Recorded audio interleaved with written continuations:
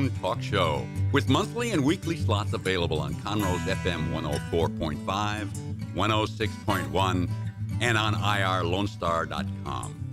Start your own podcast, create your first YouTube channel, and be on TV. Contact Lone Star Community Radio online at irlonestar.com or call the station message line at 936-647-3776. Thank you for listening to Lone Star Community Radio. This program was broadcasted and recorded live from the LSCR studios in downtown Conroe, Texas. Lone Star Community Radio is supported by listeners like you. Donate and sponsor today. For more information on getting involved with Lone Star Community Radio, contact us at lscrstudios@gmail.com or visit us online at www.irlonestar.com.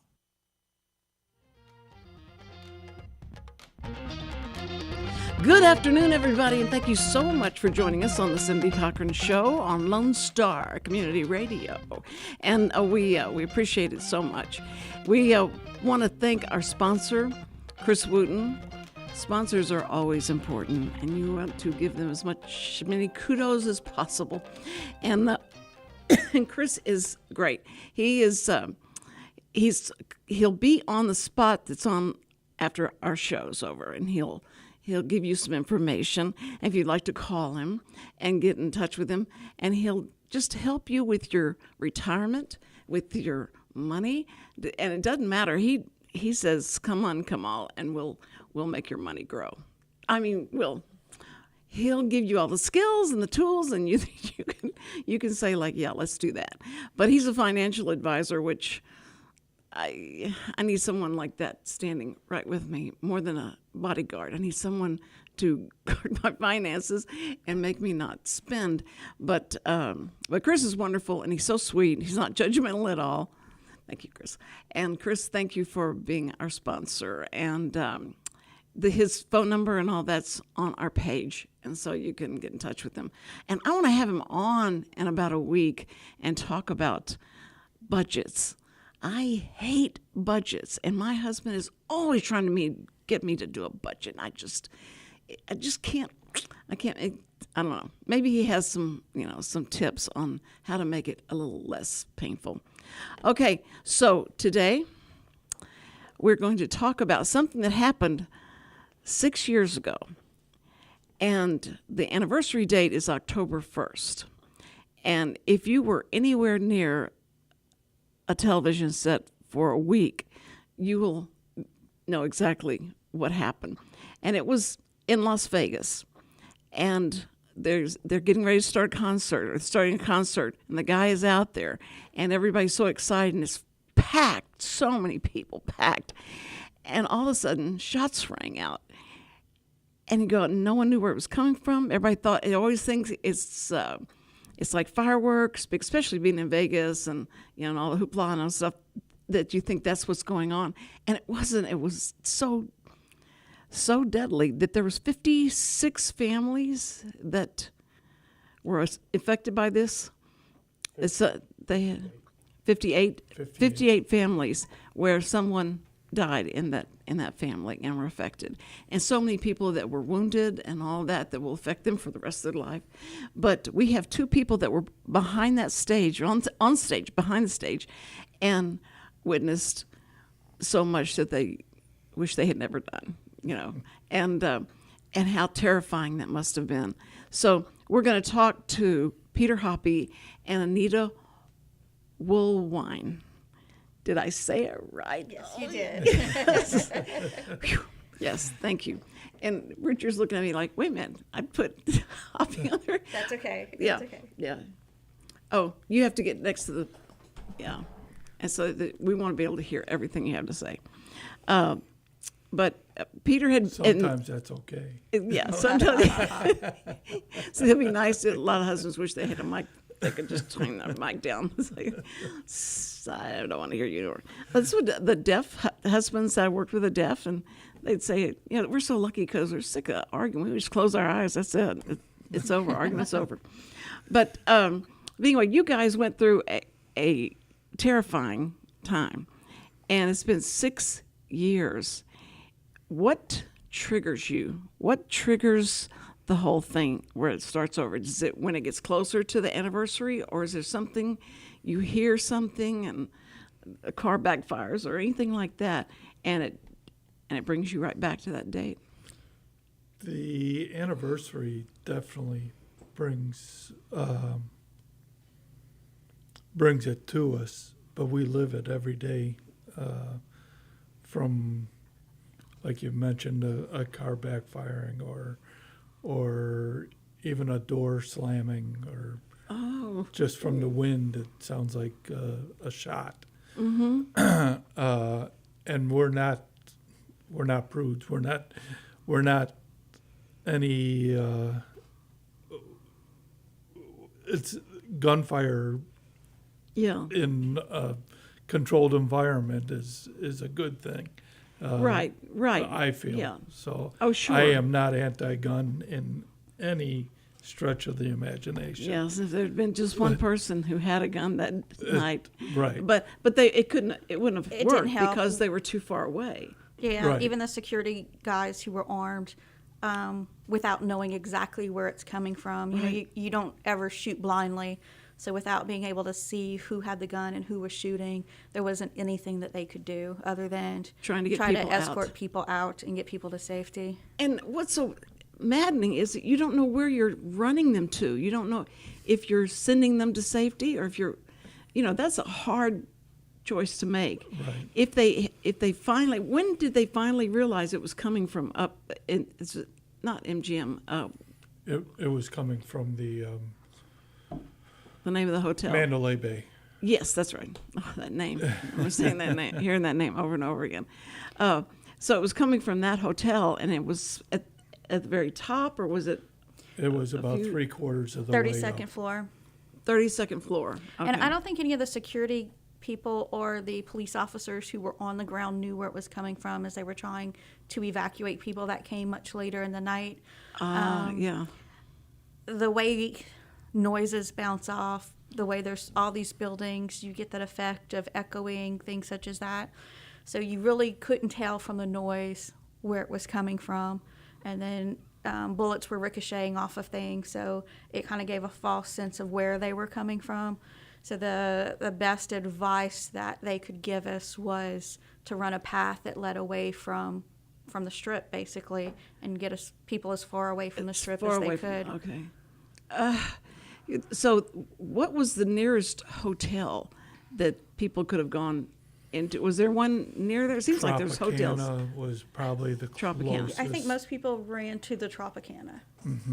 And I can't imagine the people of the Tropicana when they started coming in and the stories they had and how scary it was, because Tropicana people didn't know if the person was following, had a vendetta against the people that were there, and Right. what was going We had friends on. that, when they got to the Tropicana, trying to explain to security there what happened, there was a secure room on that first floor.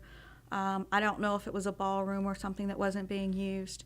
And a lot of people just crammed into that room and barricaded the doors after a certain point. Sure. And then you had people who were still trying to get there, trying to get to safety, but the people inside were so afraid the doors were barricaded. So then Tropicana security started finding other spaces for them. I think Tropicana was the first hotel to go on lockdown when they were pretty much at capacity because the number of people who had run in there from the concert. There were 22,000 people at the concert. 22,000. 22,000 people. 22,000 people all in one space. And the bubble you guys were in seemed like a very safe, like you're not safe in the sense you didn't know what was coming at you, but that you were with everybody there and you felt like, okay, we've got to move. Like when you finally figured out, we've got to get off the stage. It's not fireworks. It's not. How long did that take? So the first volley of gunfire was a short volley. It was just almost as if they were testing the waters. And I believe those first few shots hit the fuel tanks out at the airport, which was really close to the location. And at that point, we thought it was fireworks. And then when the second volley started, one of our friends thought it was a transformer that blew and was popping. And then I grabbed his arm and I told him, the lights are on the stage. It can't be a transformer. And Good thinking. I knew it wasn't a transformer, but I didn't know what it was. He knew that meant it's gunfire and we had to hide. And so he is the one who led us into the production trailer and was making the decisions to hide and trying to get in touch with other people who were on the ground and eventually security. But it was we were about to leave. We had a van that was waiting for us, and his decision for us to run into that trailer and hide instead of try to get out in that van really meant the difference between life and death for us. As when we finally left, we walked past the van that was reserved for us that was going to bring us back to MGM, and the van was riddled with bullets. It was flattened. It was there wasn't a window left. There was. Now, how was he shooting at that height? And the van was parked behind the stage, right? Mm-hmm. I mean, it's not a van. RV was parked behind the stage, right? And so, how did he get to that so that the bullets came through there? Was it? We don't know. Is this an angle or any conspiracy? There's lots of conspiracy theories. There's rumors of multiple shooters, ground shooters. Yes. Coming from underneath the stage, which we're not 100% opposed to talking about. What we saw did support multiple shooters. Well, that makes more sense. And then, if it was targeted or seemed like, was it the band had some enemies, or no one knew? Not at that point. He does now, but not Oh, really? not the real country fans. Oh, okay, yeah. Now, the band that was playing, who was Jason Aldean. Jason Aldean. Yes. Was it a long time before he played again, or was he? No, he actually put on a benefit show. Oh, A couple weeks later. A couple weeks later, yeah. In Vegas? I don't know if it was in Vegas or not. Because the shooter ultimately committed suicide, right? Supposedly, yes. Okay. The security. I remember them looking at the hall and trying to figure out if they're going to go in, but the shooting had stopped, so they thought that it was okay to do that. Mm-hmm. So when they went in and found him, that was interesting because you wanted to go like, except it's frustrating because you can't find out what why in the world would you do that? Right. What was the purpose? Who were you after? What? Mm-hmm. And so, did anybody talk about having conversations with them? People that changed the towels? That anyone like that? He didn't have anyone service his room the entire time he was there. So that has also led to some changes in most major hotels, especially in big touristy places. When you have your do not disturb sign out for a significant amount of time, the cleaning crew will at least go in and kind of do A well check? a safety check on the room. And that's come out of lessons learned from what happened in Vegas. Even COVID does that now too, or did that during the pandemic, heart of the pandemic. Yeah. Oh, that's true. Hotels would check. They say The he didn't well use check, that's- the main elevators. He used the back stairs and the freight elevators. So now things are a little different when you go to places like that are they're a little more controlled. Did he have a family? Did he have people in Vegas that knew him, or did he come from somewhere He had else? a brother, I believe, in Vegas.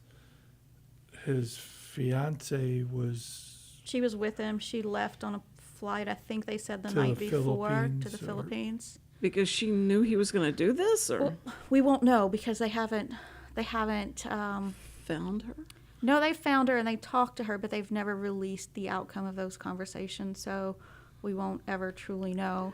The lack of information is it's the really major, frustrating. Yeah.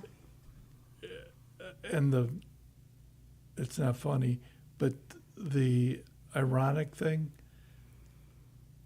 the same person that is leading the investigation for Route 90, or that led the investigation for Route 91, is leading the Hawaiian fires investigation, and you don't hear anything about that either. So Because we know he's very tight-lipped. Yeah. We know the conspiracy theory on that is that there's going to be people investment coming in and buying up that land. Yeah. And they're not doing a big deal about it because they want to come in and grab the land. Yeah. Ooh. So you've heard the that's- same thing. I was like, And you never know how much of these theories are true. It's been my experience. Most major conspiracy theories have some sort of truth rooted in them. They're not all true, but Right. there's some little fact somewhere. So that spawns off a bigger theory. So you just don't know. well, our mind does not want to accept the fact that there's such a big consortium of people that would come in and let that fire burn like that, and they have already plans on how to go in and grab the land Yep. and make money off of it. That's horrible Yep. to think that mankind can do that. But we've Or seen it, though. even the plant, What? the Yeah. fire. Yes, that's exactly right. See, that's what I mean. It's like how the fire started. Could that? It was like nature. It seemed like started it, or that's what has been said, and then you find out somebody didn't do that. We got to investigate that. Let's put somebody on that. Would you, Peter? Yeah, Thank the you. same guy that did Route 91. Yeah, that's right. Yeah. There's a good idea. Yeah, I'm telling you, it's the things that happen and what blows out of it. But what's interesting is that you're telling me about so many things that changed because of this. That's made people, maybe More safer and more aware, and that you can't forget about it. It's like 9/11. If you see something, say something, and if Right. you're teaching people from Afghanistan to fly planes, and all they want to do is a one-way ticket, and or something like that. Think about it. They Just don't want to think it learn how to through. land. Yeah, yeah. We can skip the landing. Let's take us to.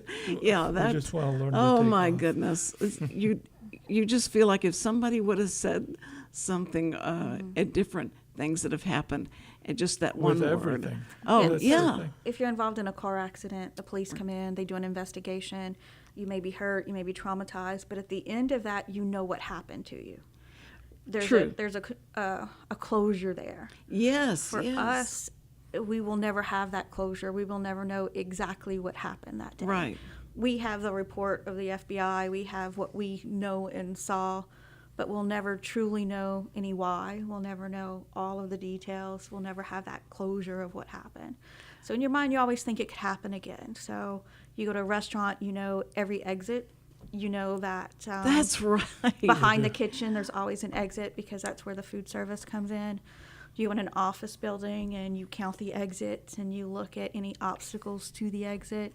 You're always prepared to fight or flight, I guess, Well, it was like after that movie shooting, the movie theater, where he shot the people, and I couldn't go into a movie theater. It was Yeah. just, I thought, wait a minute, okay, I know the two exits are there, but I don't know, where somebody like this could come in and do this, because how could they get away?